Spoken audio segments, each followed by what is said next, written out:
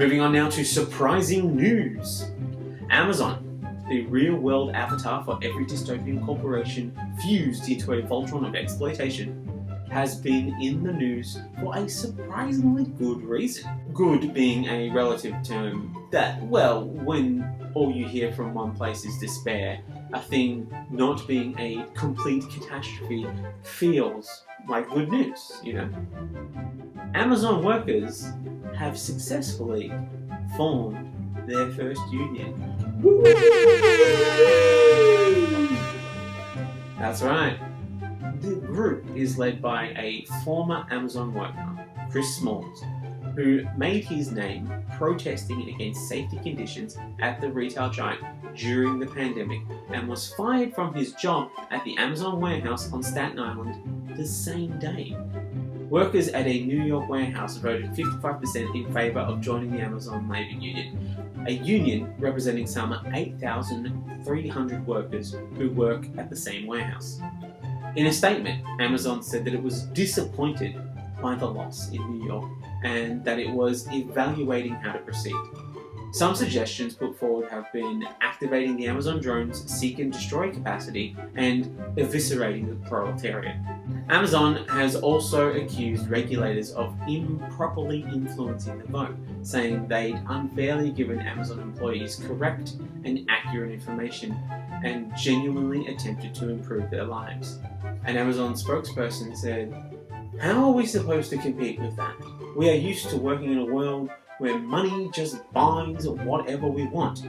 Influence, people willing to lie for us, unflinching loyalty from powerful figures. But we've never had to deal with someone telling the actual truth. Outrageous."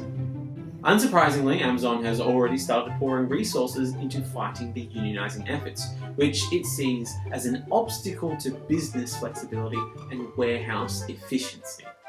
They're right though. Few things make you more flexible than a group of people standing behind you and whipping you until you not only squeeze work into the tiniest spaces of your open calendar, but also do it in increasingly quicker intervals. That's just business, people. There are many plans in the works to get back at employees. First is a crafty one. Amazon announced its first loss since 2015 as sales slowed, costs rose, and its investment in electric vehicle company Rivian was supposedly the cause of wiping out profits. Profits that, despite Bezos being Scrooge McDuck's money bin rich, apparently never existed before, as they always hid their money in space.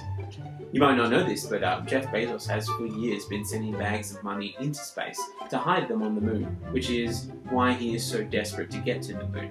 All his extra money is there, and he can run an elaborate tax haven from said moon.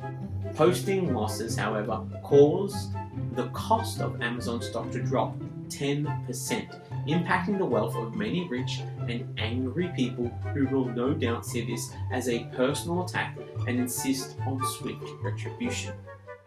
Poor people have their form of unions, like a group of people who form together to protect human rights in the workplace, but rich people have their own form of union, which is institutions and police forces that form a vanguard against the unwashed masses when they attempt to revolt.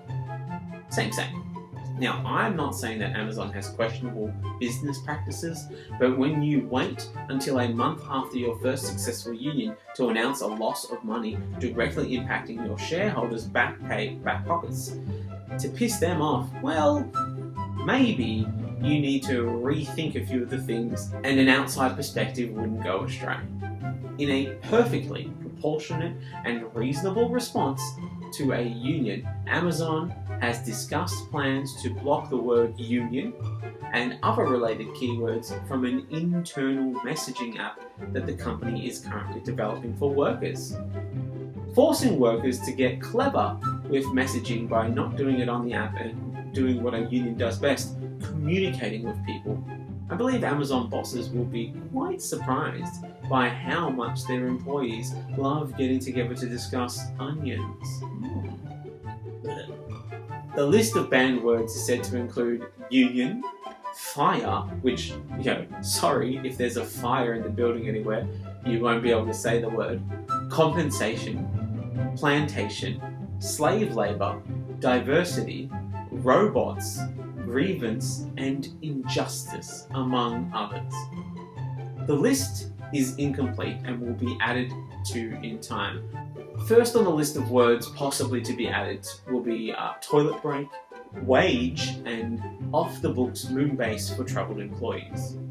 You know that you're definitely on the right side of history and will be looked on favourably by future generations when you're making preparations to ban the ability to speak not only of injustice, but diversity and slave labour. See? That will fix things. Ta-da! There obviously can't be any more issues at Amazon warehouses as now they have a union and this fancy new app on the way. There is no more injustice, so obviously the workers won't ever need to speak about injustice again. That's why they're blocking the word. They won't need to speak to each other, they won't need to speak to the media, not to the hard-working slave drivers. Oh, sorry, I mean bosses, that's the word I was looking for.